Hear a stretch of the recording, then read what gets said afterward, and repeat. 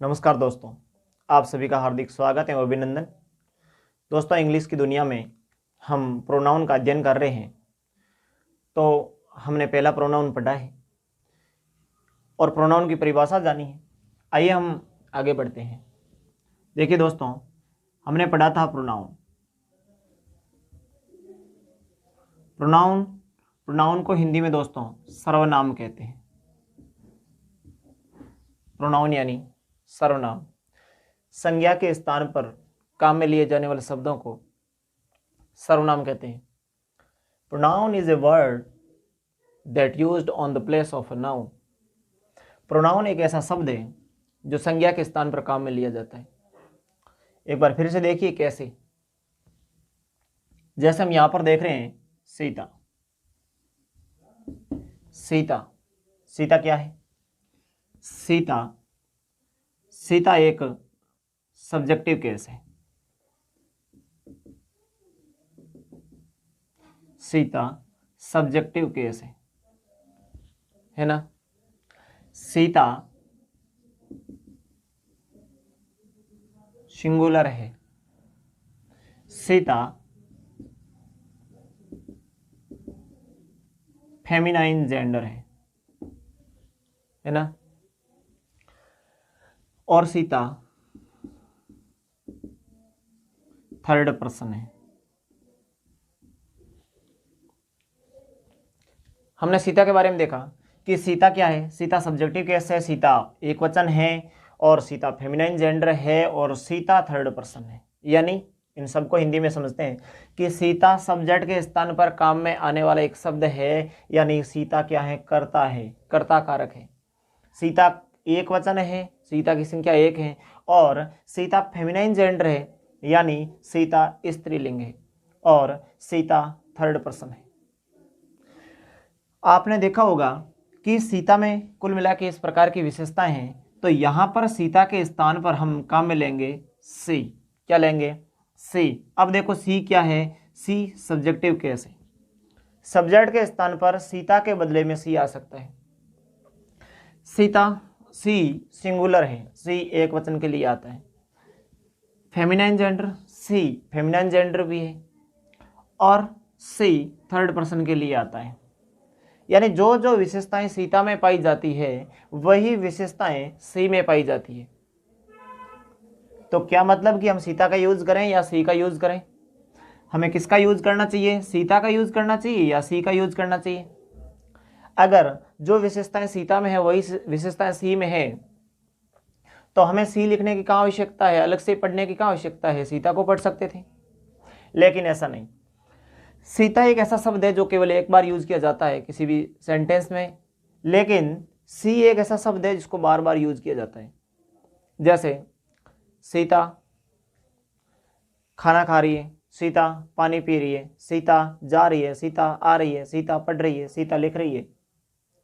उसी के स्थान पर अगर हम ऐसा लिखेंगे कि सीता खाना खा रही है, वह पानी पी रही है, वह पढ़ रही है, वह खेल रही है, अगर सीता के स्थान पर वह लगाएंगे तो वाक्य की शोभा बढ़ेगी। जब वाक्य की शोभा बढ़ेगी तब जाकर वाक्य सुंदर लगेगा और ग्रामेटिकली रूप से यानी व्याकरणीय रूप से यह बहुत ही अच्छा लगेगा। तो आपके जो आपने पढ़ा इसके अकॉर्डिंग सीता और सी में किसी भी प्रकार का चेंजेस नहीं है। सीता इज सी सीता, सीता ही सी है और सी क्या है? सीता है। सीता के स्थान पे हम सी लिख सकते हैं और सी के स्थान पे सीता लिख सकते हैं। तो यानी कि प्रोनाउन एक ऐसा शब्द है जो नाउन के स्थान पर काम में लिया जाता है या नाउन का स्थान लेता है। नाउन को हटाकर हम प्रोनाउन का यूज करते हैं और प्रोनाउन को हटाकर हम नाउन का यूज कर सकते हैं। यानी कि जहां जहां प्रोनाउन है वहां वहां उसके स्थान पर उसके पीछे एक नाउन होता है। तो दोस्तों हमने पढ़ा था इस नाउन के प्रोनाउन के कुछ पार्ट्स होते हैं। जैसे personal pronoun. Personal pronoun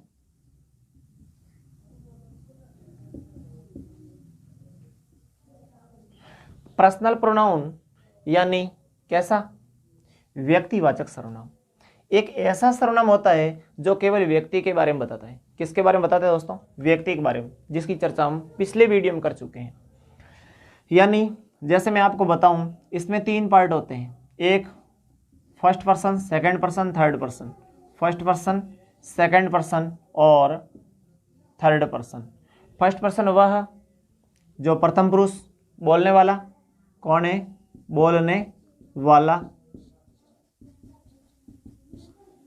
second person, सुनने वाला। और थर्ड पर्सन जिसके बारे में बात की जाती है, जिसके बारे में बात की जाती है। हाँ, तो बोलने वाला कौन कौन होता है दोस्तों? अगर हम सब्जेक्ट के स्थान पे देखें तो बोलने वाला है आई और है वी। अगर हम ऑब्जेक्ट के स्थान पे देखें तो आई का बन जाएगा मी और वी का बन जाएगा अस। अगर हम पोजीशन के स्थान पे देखें तो मी का बन जाएगा माई और वी का बन जाएगा और। इसी प्रकार से सब्जेक्टिव केस, ऑब्जेक्टिव केस और पोजीशन। यहां पर आप देखोगे सुनने वाला, तो सुनने वाले के सब्जेक्ट के स्थान पे होगा यू। इसका बहुवचन कौन है? वो भी यू। ऑब्जेक्ट के स्थान पे यू और पोजीशन के स्थान पे योर। इनका बहुवचन भी यही है। आई का बहुवचन वी है, लेकिन यू का बहुवचन सेम यू ही है। तो यू का बहुवचन यू का बहुवचन योर का बहुवचन योर। इसी प्रकार से अन्य पुरुष में दोस्तों जैसे यहां पर है, अगर पुरुष है तो लगेगा ही, महिला है तो सी, और अगर यहां पर अपने को पता नहीं चले ये पुरुष है या महिला तो वहां लगाएंगे इट। और इन सब का बहुवचन, इन सब का प्लूरल कौन है? दे। जैसे आपने देखा यहां पर जो ही है, ही के ऑब्जेक्टिव केस पर यहां आ जाएगा हिम, सी का हर, इट का इट और दे का देम। इनके पॉजेसिव केस में यहां पर जो अधिकार के रूप में हम बात करेंगे तो ही का हिज, सी का हर और इट का इट्स और दे का देयर। इस बात की चर्चा हम कर चुके हैं। आइए हम अगला पार्ट पढ़ते हैं। पर्सनल प्रोनाउन के बाद में हम सीधी बात करेंगे पॉजेसिव प्रोनाउन की।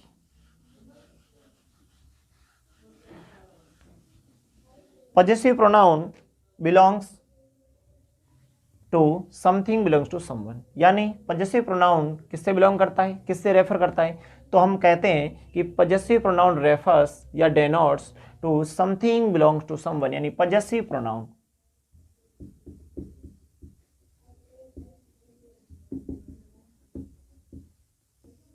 पॉजेसिव प्रोनाउन यानी अधिकारवाचक सर्वनाम।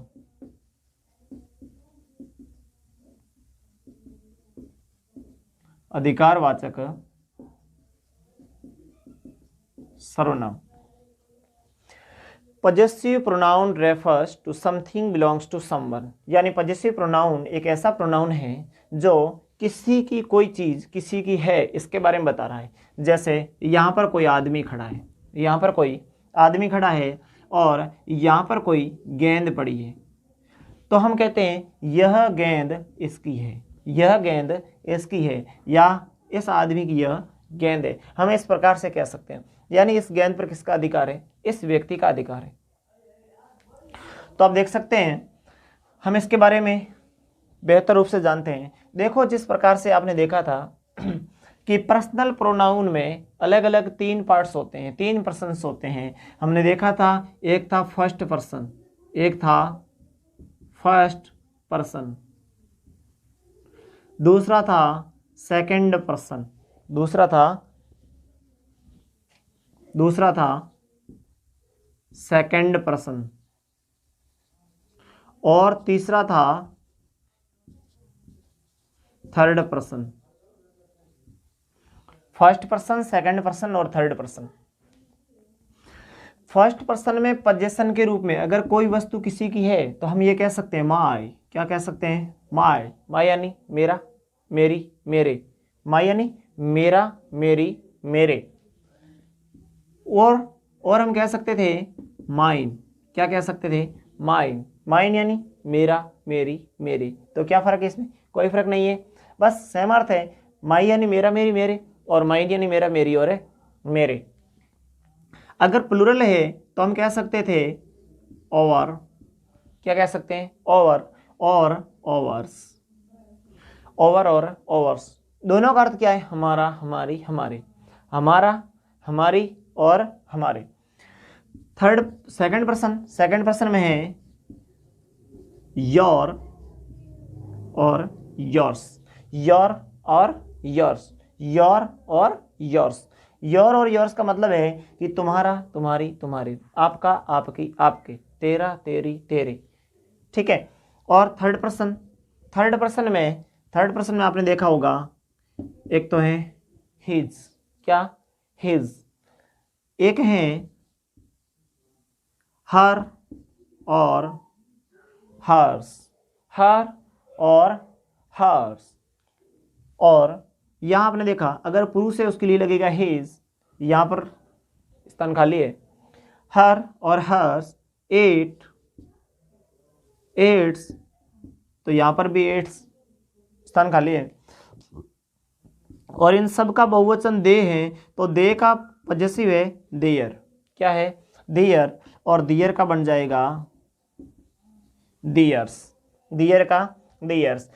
बस ये है। और इनका अर्थ है उसका, उसकी, उसके, उसका, उसकी, उसके, उसका, उसकी, उसके, उनका, उनकी, उनके। अगर एक बार फिर से देखें तो ऐसा हो जाएगा, इसका, इसकी, इसके, इसका, इसकी, इसके, इसका, इसकी, इसके, इनका, इनकी, इनके। ऐसा जरूरी नहीं कि अपने से दूर खड़ा रहेगा तो भी हम बात करेंगे कि उसका, उसकी, उसके। इसका, इसकी, इसके भी हो सकता है। अगर पास में है तो अपन कह सकते हैं इसका है। तो देखिए दोस्तों, माई और माइन, मेरा, मेरी, मेरे, इन दोनों में अपने को कोई अंतर नहीं लग रहा है, सिर्फ स्पेलिंग में अंतर लग रहा है, लेकिन इनमें थोड़ा सा अंतर होता है। थोड़ा सा हम सेंटेंस में जब इसको यूज करते हैं, इनको किस प्रकार से यूज करना चाहिए उसके बारे में थोड़ा सा अंतर होता है, बाकी इसमें ज़्यादा कोई अंतर नहीं होता है। आपको ये पढ़ लेना चाहिए कि जैसे हमने ये प्रोनाउंस लिखे हैं तो मैं यहाँ कुछ एग्जाम्पल के थ्रू आपको बताने की कोशिश करूँगा। जैसे देखिए,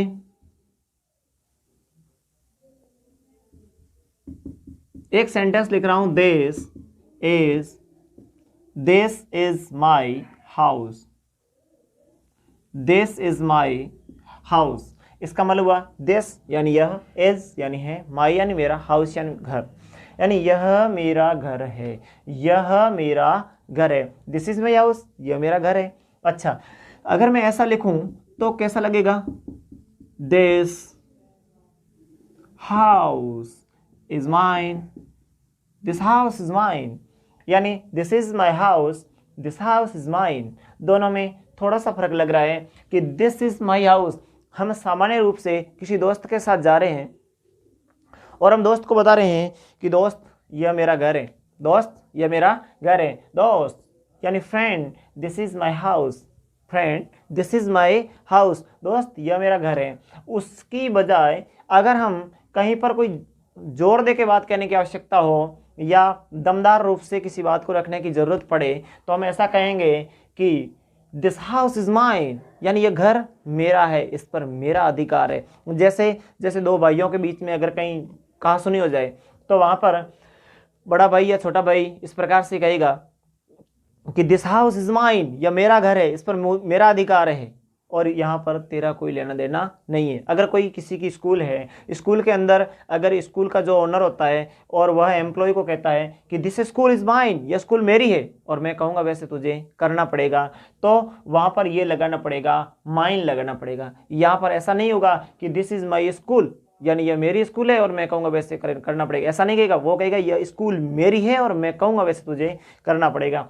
तो बस इतना सा फर्क है, दोनों में बात बता रहे हैं कि यह घर मेरा है और यह घर मेरा है। इसमें बता रहे यह मेरा घर है और इसमें बता रहे यह घर मेरा है। बस छोटा सा फर्क है, बात को एम्फेटिक करने के लिए, बात को जोरदार प्रभावशाली रूप से रखने के लिए इसका यूज किया जाता है।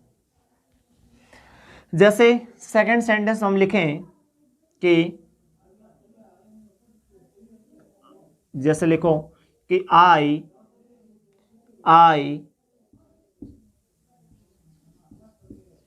टेक योर पेन, मैं तुम्हारी पेन लेता हूँ।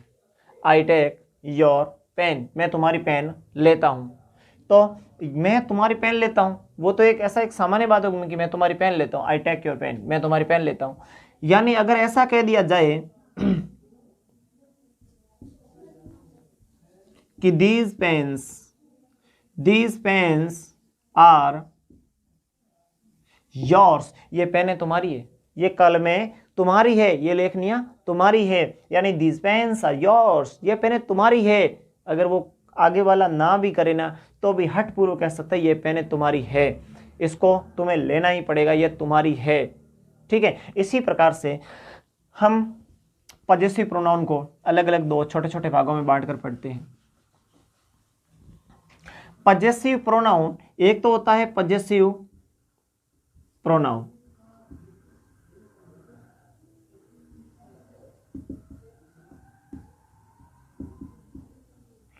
पजेसिव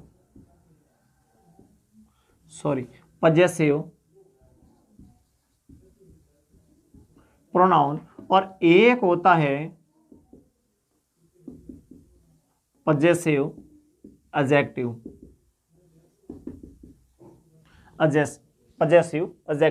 एक होता है पजेसिव प्रोनाउन और एक होता है पजेसिव एडजेक्टिव।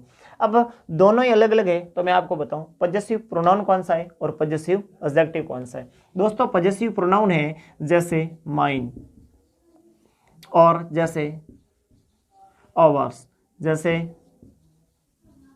योर्स, और जैसे हर्स, जैसे देयर्स। ये तो है पजेसिव प्रोनाउंस। क्यों है बताऊंगा। और ये हैं पजेसिव एडजेक्टिव्स, ये हैं माई, और, your, his, her, its, there.